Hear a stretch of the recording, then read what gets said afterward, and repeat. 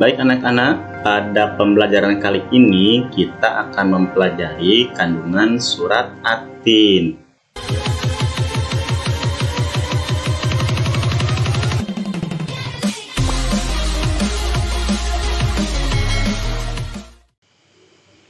Bismillahirrahmanirrahim. Assalamualaikum warahmatullahi wabarakatuh. Halo anak-anak soleh dan solehahnya Pak Ade. Bagaimana kabar kalian hari ini? Alhamdulillah, semoga kalian semua selalu dalam keadaan sehat walafiat. Selamat datang kembali di channel YouTube kesayangan kita. Nah anak-anak, pada video kali ini kita akan mempelajari pelajaran pendidikan agama Islam dan budi pekerti. Dan untuk daftar hadir pada kali ini, silahkan kalian tulis di kolom komentar nama kalian masing-masing ya. Itu bukti bahwa kalian sudah melihat video ini dan menyatakan kehadiran kalian di pembelajaran pada kali ini. Baik, sebelum kita mulai pembelajarannya, seperti biasa kita membaca doa sebelum belajar terlebih dahulu ya. Bismillahirrahmanirrahim. Raditu billahi robba wa bil islami dina wa bi muhammadin nabiyya wa rasula. Rabbi zidni ilma warzuqni fahma.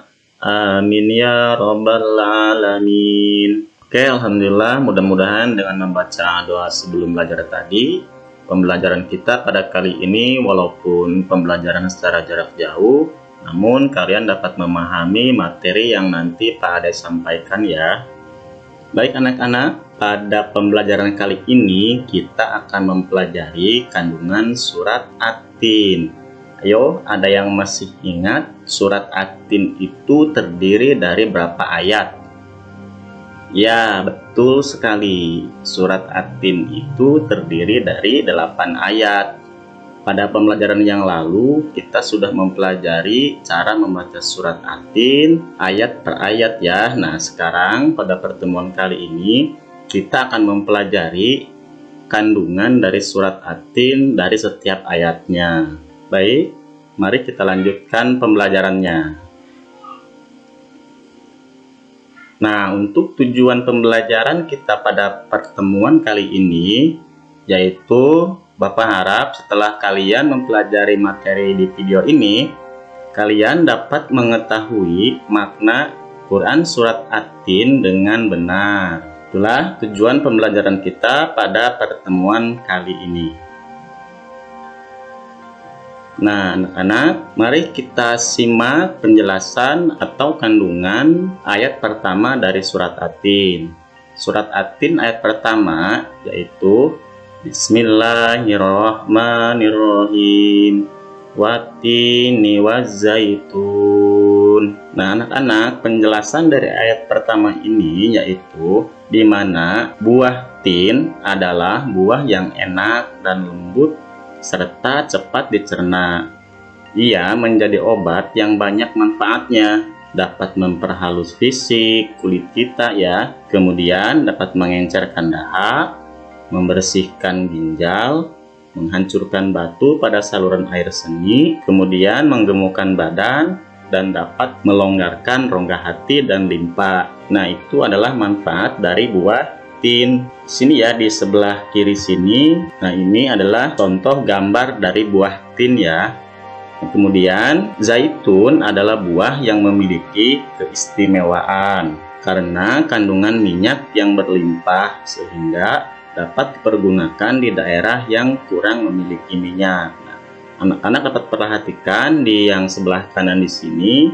Ini adalah contoh gambar dari buah zaitun. Nah, di ayat pertama ini menceritakan tentang manfaat atau kandungan dari buah tin dan buah zaitun. Oke, mari kita lanjutkan pada ayat berikutnya. Untuk ayat yang kedua yaitu Waturisinin. Nah, di ayat yang kedua ini menjelaskan tentang Gunung Sinai.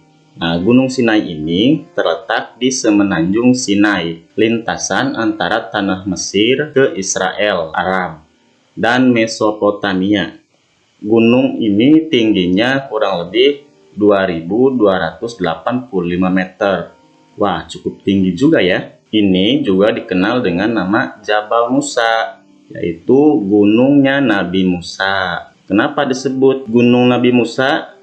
Karena di tempat ini Nabi Musa menerima wahyu pertama dan diangkat menjadi Rasul. Pada malam Mi'raj, Rasulullah SAW berhenti sebentar di tempat ini dan melaksanakan sholat sebagai penghormatan beliau pada kesucian tempat tersebut. Ini adalah kandungan dari ayat kedua. Nah, kalian bisa lihat di sebelah kanan ini adalah gambar dari Gunung Sinai, di mana Gunung Sinai ini adalah disebut juga tadi Gunung Nabi Musa, karena di tempat inilah Nabi Musa itu menerima wahyu pertamanya ya anak-anak. Baik, kita lanjutkan ke ayat yang berikutnya. Kita masuk ke ayat ketiga. Ayat ketiga itu bunyinya wahadzal baladil amin. Nah, di ayat yang ketiga ini menceritakan tentang sebuah kota. Kota apa, yo? Ya, kota Mekah. Kota yang aman adalah Mekah. Nah, kalian bisa lihat gambar di sebelah kanan ya, gambar 1.5, contoh gambar kota Mekah. Kota ini disebut dengan kota yang aman karena siapapun yang memasukinya, dia terjaga keamanan dan keselamatannya. Kota Mekah juga disebut sebagai Ummul Qura dan tanah yang aman. Kota ini banyak menyimpan sejarah sejak zaman Nabi Ibrahim. Nah, di sini di kota Mekah ini ada Ka'bah ya anak-anak. Ini adalah kiblatnya umat Muslim. Selanjutnya kita ke ayat yang keempat. Ayat yang keempat bunyinya laqad khalaqnal insana fi ahsani taqwim. Apa makna dari ayat yang keempat ini? Allah Subhanahu wa Ta'ala menjadikan manusia dalam sebaik-baik bentuk. Proses kejadian manusia tidak sama dengan kejadian makhluk lain. Manusia memiliki akal, jasmani, rohani, dan nafsu. Anggota tubuh manusia serasi dan seimbang, sehingga tampak indah, cantik, dan memudahkan untuk melakukan kegiatan. Sedangkan hewan hanya memiliki jasmani dan nafsu saja. Manusia harus mampu menjaga keseimbangan yang dimilikinya agar supaya menjadi mulia. Apabila manusia mengutamakan nafsunya, maka ia turun derajatnya seperti hewan. Selain rohani, manusia dibekali dengan akal, pikiran, agar supaya dapat membedakan yang baik dan yang buruk. Nah, anak-anak, di ayat ini dijelaskan bahwa kita sebagai manusia adalah makhluk yang mulia. Kenapa kita disebut mulia? Karena kita memiliki akal untuk berpikir, untuk menentukan mana hal yang baik dan mana hal yang tidak baik. Beda dengan hewan atau binatang. Hewan atau binatang tidak memiliki akal. Mereka hanya memiliki nafsu. Makanya kita sebagai manusia harus mampu mengendalikan hawa nafsu kita. Jangan sampai akal kita dikalahkan oleh nafsu. Sebab kalau akal kita dikalahkan oleh nafsu, maka kita akan jatuh derajatnya, bahkan bisa sama seperti hewan. Selanjutnya kita lihat ayat yang kelima. Tsumma radadnahu asfala safilin. Nah, di ayat yang kelima ini Allah Subhanahu wa Ta'ala mengingatkan manusia, sekalipun mereka sempurna, tetapi dapat turun derajatnya menjadi hina karena pengetahuan, sikap, dan perilakunya apabila telah keluar dari aturan yang telah ditetapkan oleh Allah Subhanahu wa Ta'ala melalui Rasulnya. Seperti yang Bapak tadi katakan, kalau kita sebagai manusia tidak mampu mengendalikan hawa nafsu kita, maka derajat kita bisa jatuh, bahkan kita bisa lebih rendah daripada hewan. Oleh karena itu anak-anak, gunakanlah akal kalian, akal kita semua untuk mengendalikan hawa nafsu kita. Nah, kita lihat di sini ya. Di sini ada contoh kelebihan manusia dari makhluk lain. Yang pertama, yang di sebelah kiri, kalian bisa lihat sikap dan perilaku. Kemudian, yang di sebelah kanan, penjelasannya. Mari kita bahas satu persatu. Sikap dan perilaku. Yang pertama, bertutur kata. Nah, bertutur kata lembut dan santun kepada orang tua, kepada guru, kepada teman, dan kepada tetangga. Jadi, kita harus menggunakan lisan kita atau bahasa kita dengan secara lembut dan santun, baik kepada orang tua, kepada guru, kepada teman, kepada tetangga, ataupun kepada siapapun. Kemudian yang kedua, berpakaian. Berpakaian menutupi aurat dan memilih model dan warna yang serasi dan disenangi. Nah, anak-anak, gunakanlah pakaian yang menutupi aurat, apalagi untuk perempuan ya. Jangan sampai pakaiannya yang terbuka, yang memperlihatkan aurat perempuan. Kemudian modelnya, warnanya harus diserasikan. Nah, kalian sudah kelas 5, pasti sudah bisa menentukan mana model pakaian yang kira-kira cocok untuk kalian. Selanjutnya, makan dan minum. Nah, kita sebagai manusia haruslah mengkonsumsi makanan dan minuman yang halal dan bergizi sesuai dengan selera. Ini penting ya anak-anak. Makanan yang kita makan, yang paling penting itu adalah harus makanan yang halal. Nah, apalagi kalau makanan itu halal, bergizi, kemudian enak lagi dimakannya. Selanjutnya, bergaul sesama teman. Berkumpul dan bersilaturahim sesama teman dengan baik dan tidak menyakiti. Nah, di sini ketika kita bergaul di sekolah, ketika kita melaksanakan pembelajaran di sekolah, bergaul dengan teman-teman, nah itu adalah salah satu bentuk silaturahim dengan teman. Nah, di sini kalian usahakan sebisa mungkin jangan sampai ketika kalian bergaul itu saling mengejek, saling membenci, itu tidak boleh. Hal seperti itu harus kalian jauhi. Selanjutnya, menggunakan anggota tubuh. Menggunakan anggota tubuh sesuai fungsinya terhadap hal-hal yang diperbolehkan agama. Nah, di sini anggota tubuh kita mulai dari mata, tangan, telinga, hidung, dan yang lain sebagainya haruslah digunakan untuk hal-hal yang baik. Haruslah digunakan untuk hal-hal yang sesuai dengan ajaran agama. Mata kita haruslah digunakan untuk melihat hal-hal yang baik. Kemudian mulut kita harus juga digunakan untuk mengucapkan hal-hal yang baik. Begitu pula tangan dan kaki kita harus digunakan untuk melakukan perbuatan hal-hal yang baik. Kita lanjutkan ya. Ayat yang ke-6.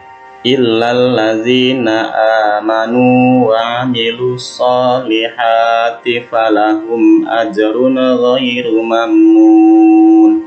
Nah, di ayat yang ke-6 ini dijelaskan bahwa orang-orang yang tidak pernah hina adalah mereka yang beriman dan melaksanakan amal saleh.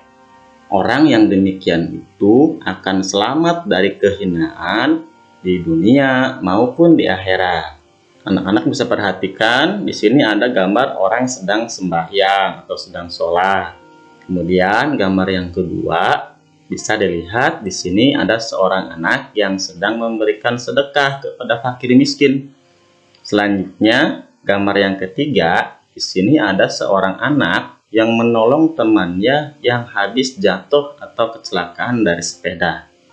Ini adalah contoh-contoh perbuatan dari orang-orang yang beriman dan beramal soleh.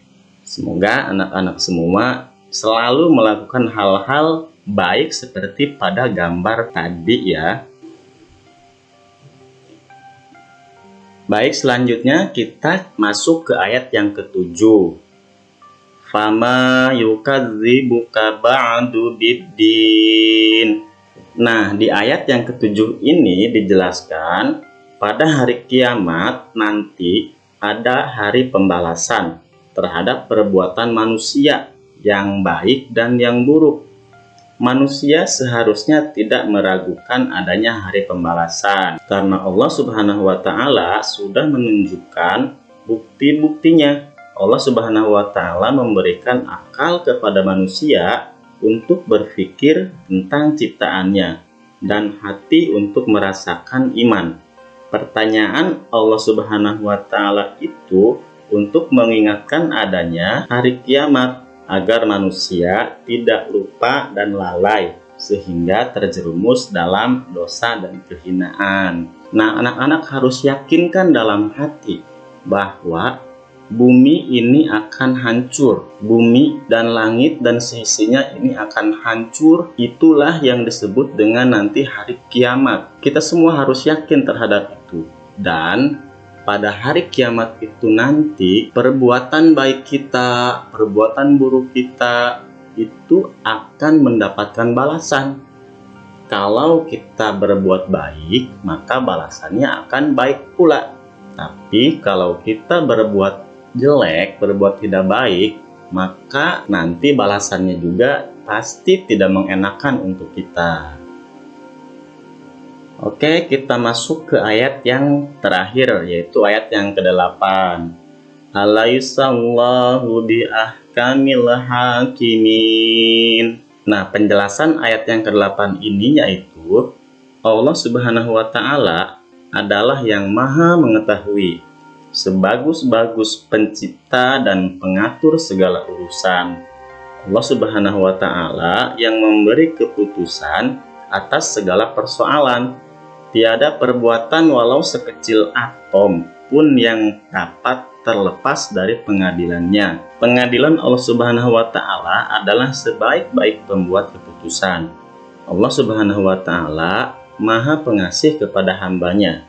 Ia senantiasa mengingatkan agar manusia tidak lupa diri. Jika ternyata manusia masih melakukan dosa, maka karena keadilannya, manusia akan menanggung akibat dan pembalasan atas dosanya itu. Allah Subhanahu wa Ta'ala juga telah menyiapkan kenikmatan bagi orang yang menjalankan syariatnya. Anak-anak, di sini dijelaskan bahwa jika kita berbuat sesuatu, jika kita melakukan suatu perbuatan kebaikan sekecil atom, sekecil apapun itu, maka Allah Subhanahu wa Ta'ala akan memberikan balasan walaupun perbuatan baik kita itu sekecil atom. Kemudian Allah juga akan memberikan balasan terhadap perbuatan buruk kita walaupun perbuatan buruk itu sama kecilnya dengan atom tadi. Nah, di sini tidak akan ada yang dirugikan. Setiap amal kita akan dicatat dan akan mendapatkan balasan dari Allah Subhanahu wa Ta'ala. Maka oleh karena itu, mulai dari sekarang, anak-anak yakinkan dalam hati bahwa kita selalu ada yang mengawasi. Perbuatan kita pasti dicatat dan pasti akan mendapatkan balasan. Apabila kita melakukan banyak kesalahan, maka nanti kita akan mendapatkan siksa. Namun, apabila kita banyak melakukan perbuatan-perbuatan baik, Allah Subhanahu wa Ta'ala akan memberikan kenikmatan nanti kepada kita di akhirat. Oleh karena itu, anak-anak, banyak-banyaklah berbuat kebaikan ya mulai dari sekarang. Mudah-mudahan dengan penjelasan ini anak-anak dapat mengerti dan membuat perilaku, tutur kata, perbuatan-perbuatan anak-anak menjadi lebih baik lagi. Oke, sekian dulu untuk materi pada pertemuan kali ini. Bapak ucapkan semoga kalian semua dapat memahami materi yang Bapak sampaikan. Kalau memang belum dipahami, silahkan putar ulang lagi videonya. Dan apabila ada hal-hal yang tidak dimengerti, kalian bisa tanyakan lewat WA grup atau langsung ke Bapak di WA ya. Baik, Bapak ucapkan sampai di sini dulu pertemuan kita pada kali ini. Wassalamualaikum warahmatullahi wabarakatuh.